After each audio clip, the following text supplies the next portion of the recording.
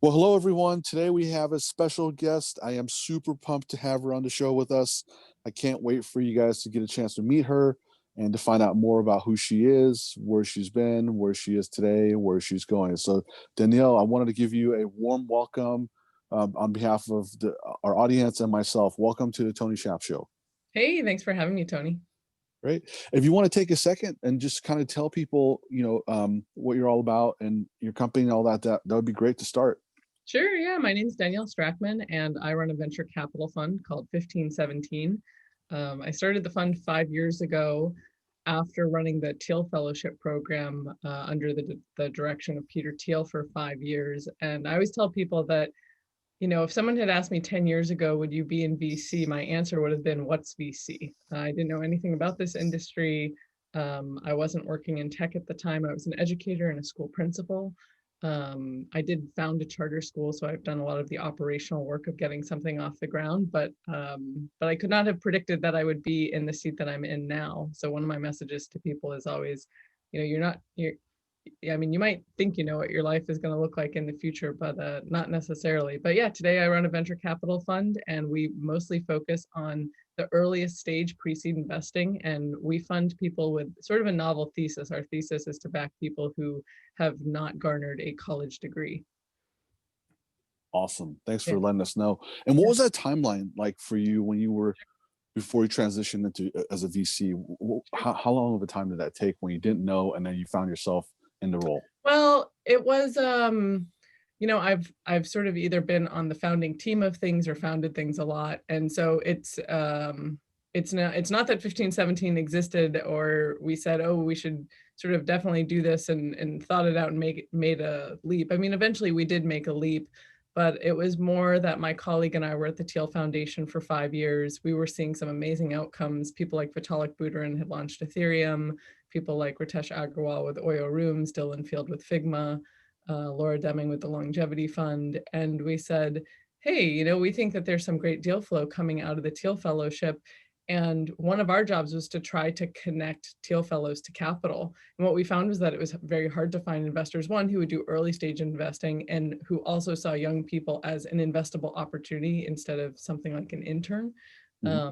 And so we went to our old boss, Peter Thiel, and we said, hey, we think there's a case to be made to put money into Thiel Fellows companies. So we'd like to step away from our operational roles to do it. And he got really excited about it. He committed to us as a anchor investor on the spot. That's kind of the person who quite literally anchors your fund and gets you started. But it was a very long process of sort of thinking about, hey, should we do this? Should we step away? Does this make sense? And so on.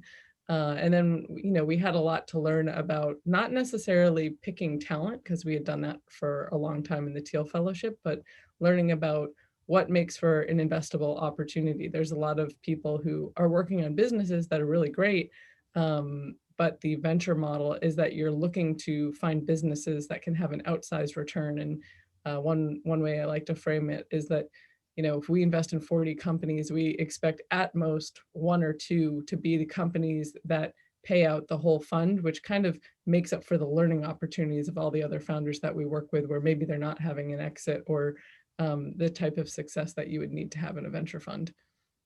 Wow, that's in alignment with the 80-20 principle, right? Sure, yeah. That's wonderful. And I always like to let our audience know, that way they could be on the same page. I know we're hitting our stride and on this interview, but I always like to give a little taste to our audience who's listening, whether they're driving or they're watching this on YouTube or any other social media platforms. What's a one word that you could use right now to describe how you're feeling in this exact moment? Yeah, in this exact moment, I would say grateful. I've been thinking a lot since, it's the new year, we're into 2021. And yeah, I was just kind of hanging out with myself the other day, and what popped into my head was that, everything that we have, we're not like owed anything. And so everything that comes to us in life is a gift. So I've been feeling very, very grateful the last few days, and in particular this moment as well. Wow, that's really powerful. Thanks for sharing that with us. Yeah, no problem.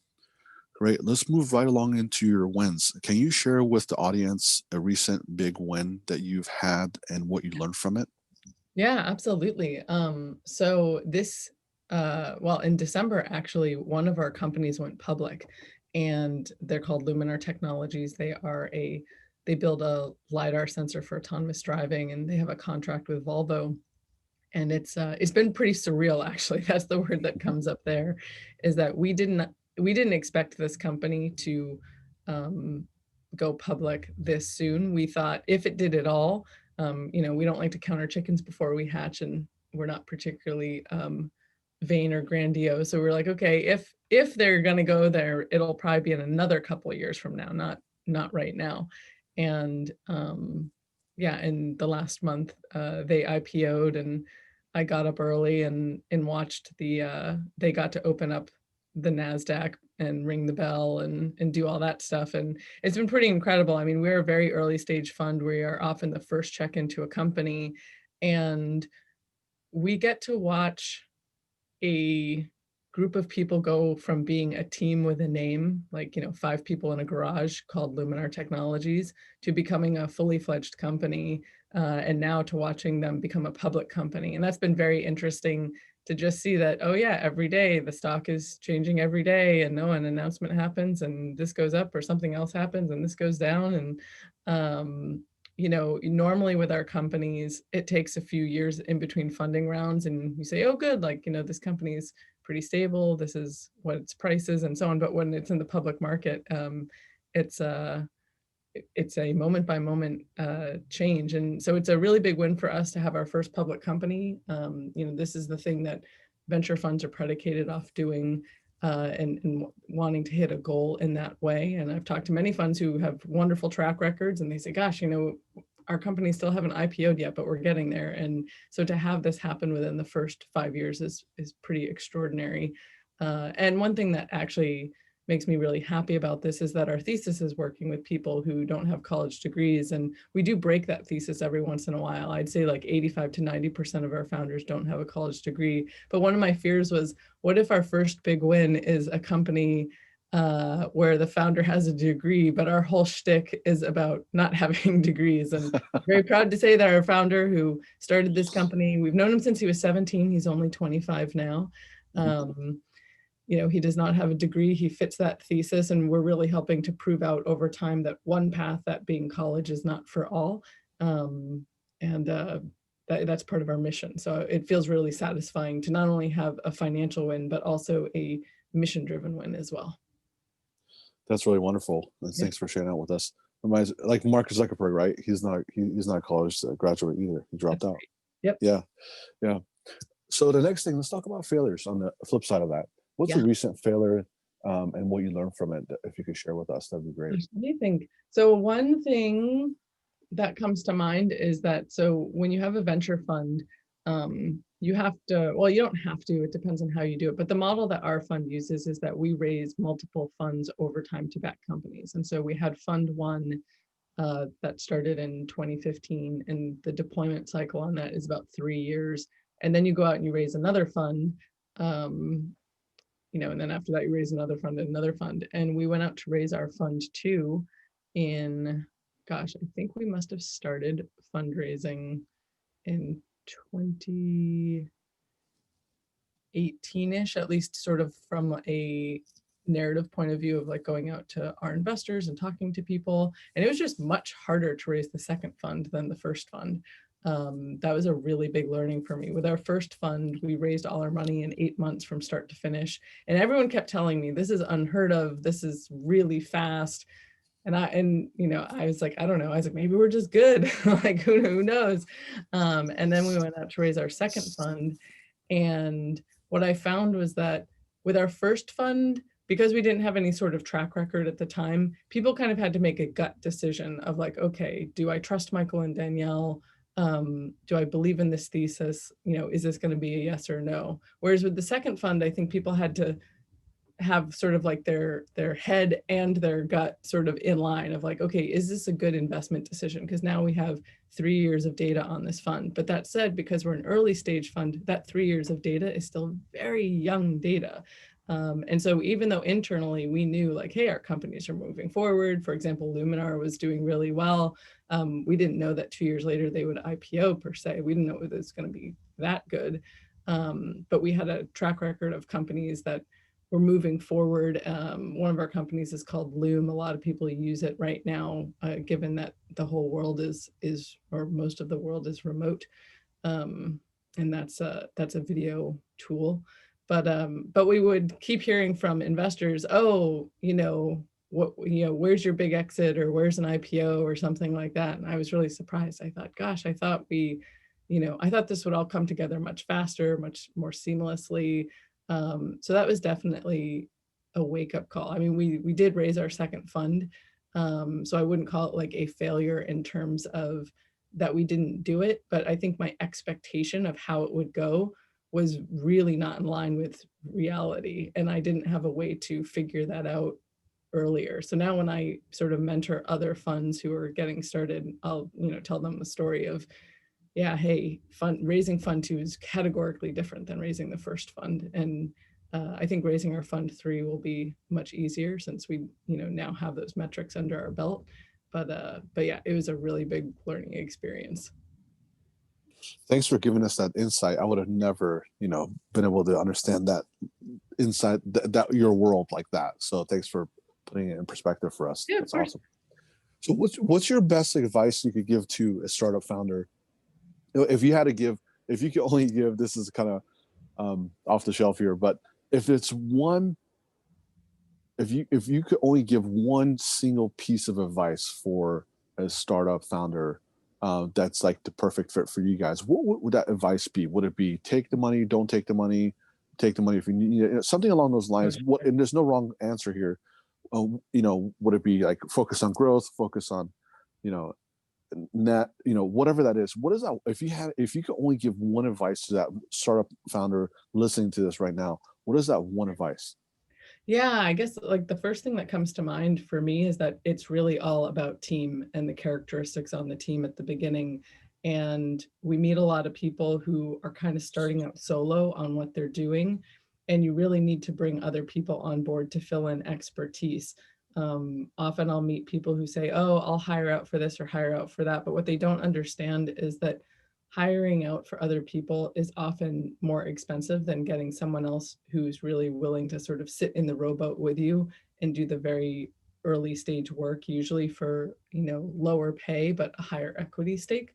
And I always tell founders that, in our experience working with founders for the last 10 years, the people you found things with typically are people that you know or have worked with in the past. It's not that you met somebody at a mixer and said, oh, okay, we're going to start a company now. At least we haven't seen that work out too well. So I think I guess another piece to that is having your founding team be everything you need to get started, but nothing more. Oftentimes I'll see teams where they're actually a little too big. Like, I'd say founding teams over 4 starts raising an eyebrow for me at the very earliest stages. I mean, eventually you need to grow bigger than that. But the hard part is that if you have superfluous roles, or sometimes, and this isn't true for all companies, but I think a lot of companies don't need like a CFO in the first 4 people. And so teams will come to me and, oh yeah, this is our CFO. And already I'm thinking, oh gosh, you're spending money on something that, this might be your friend or someone you've loved working with, but now is not the time to bring that person on board. So it's resources that are being kind of, I don't want to say misallocated, like in a negligent way, but it's just not the best use of your funds at the time. So you really need to have the right team and the leanest team you can have at the start. That's beautiful. That's a really valuable tip that you just gave our listeners. And you're right. I mean, I couldn't help to think about when you were mentioning usually founders or someone that didn't know each other, they didn't find each other in the mixer. And it's so true. Looking back, they're either, college buddies, or Yep. they met at NCL, or, it just depends, depends on the founders, right? Sure. Or they had a certain course they were in, or their graduate degree was on a certain thing, and they met that way off a project, and then they launched it. So that's so true. So how do you typically, do people find you if they're looking for investment, or do you go out and find them? How does that process look like for you as the person writing that check? It's some of both. And what we say is that we really want to build relationships with founders before we make an investment. And because we typically are working with people who are not getting a college degree, oftentimes they're younger. And so we can meet them before they're even thinking of themselves as a founder. So we'll meet someone at a hackathon, or we'll, they'll be in an entrepreneurship club and we'll be doing office hours. And that's a great way for us to start getting to know someone over time. Because when we meet someone at a hackathon and we can say, oh, wow, look at this thing this person built over 36 hours. And, they seem really talented in this way. We can start plugging them into community aspects that we have for the fund. Like we have a very active Facebook group with about 1,800 young people in it. We have a newsletter that goes out fairly regularly. And it's just a way to start getting us in mind for them, so that at some point in the future, when they do say, hey, you know what, I think I'm going to start a company, we're the first fund that they call. And then in addition, one of the things I like to talk about is that the worst case for us is that someone comes to us on a Wednesday and says, I need money by Friday, because with early stage funding, there's no data for us to look at. There's not, we're not saying to people, hey, send us your profit and loss statement. Maybe we're looking at some financials that they've modeled out, but usually the financials that are modeled out are on assumptions that aren't going to work anyways. So it's really all about that team, which is why I stressed team earlier as well. And so we really like to get to know those people over time and work with them either as a mentee or a grantee. We also give out grants as well. So a lot of it is outbound, but we also get a lot of referrals from people. We have a contact form on our website, which is 1517fund.com, where people can send in a proposal and say, hey, here's what I'm working on. Is this a fit for you guys? And we've funded quite a few people who have just cold outreach to us. We don't expect founders to have networks of investors, and especially because we tend to work with students a lot, we especially don't expect students to have that. So I know a lot of people are in the, oh, I want to get a warm intro, but we don't expect people to have that ability when they're early in their career. That makes sense. Thank you. Yeah. So now, if you could step into my shoes, what would you ask Danielle that I haven't asked yet? What is that one question that I should ask you? I learned to ask that question. I used to work in a neuropsych department. We used to always ask that that question to clients. So I'm always using that question on people, especially founders. We talk like, is there anything I haven't asked that I should? And so I should be really ready for this. I'm trying to think, is there anything that you haven't asked that you should? Let me think about it for a second.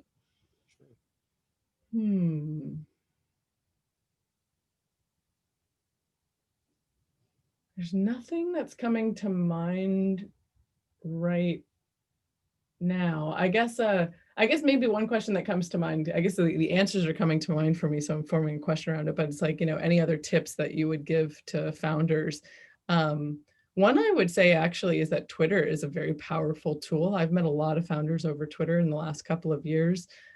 It's also a event machine, and it can be a very negative place. So I don't necessarily recommend it in the warm fuzzy sense, but I do recommend it in the networking sense of it's a great place to find other people who have similar interests, who are in the startup community, if you're in sort of like the startup VC Twitter arena. And I've just seen people use it really, really effectively. So I guess, yeah, that would be my, hey, do you have any more tips? And that would be my tip. That's a good one. That's really good. And of course, like you said, if they're going to start using the platform for connecting and engaging with people, make sure that you have thick skin. That's what you said, basically. Yeah, that's true. Yeah. That's really great. So sadly, as we're coming to an end here, can you let our listeners know how they could connect with you if they have any questions, or they want to find out more about your fund, or how you guys invest? Yeah, our website is 1517fund.com. We have our contact form there. I can be emailed at Danielle at 1517fund.com. And on Twitter, I'm D Strachman, STRACHMAN. And so, yeah, people are welcome to reach out. Great. And the final question is the one word close. So what's the one word that you can use to describe how you're feeling at this moment? Warm. I'll use that one. Nice. Perfect. And right now. That's perfect. Thank you very much. Yeah. Thank you so much, Tony. Thank you.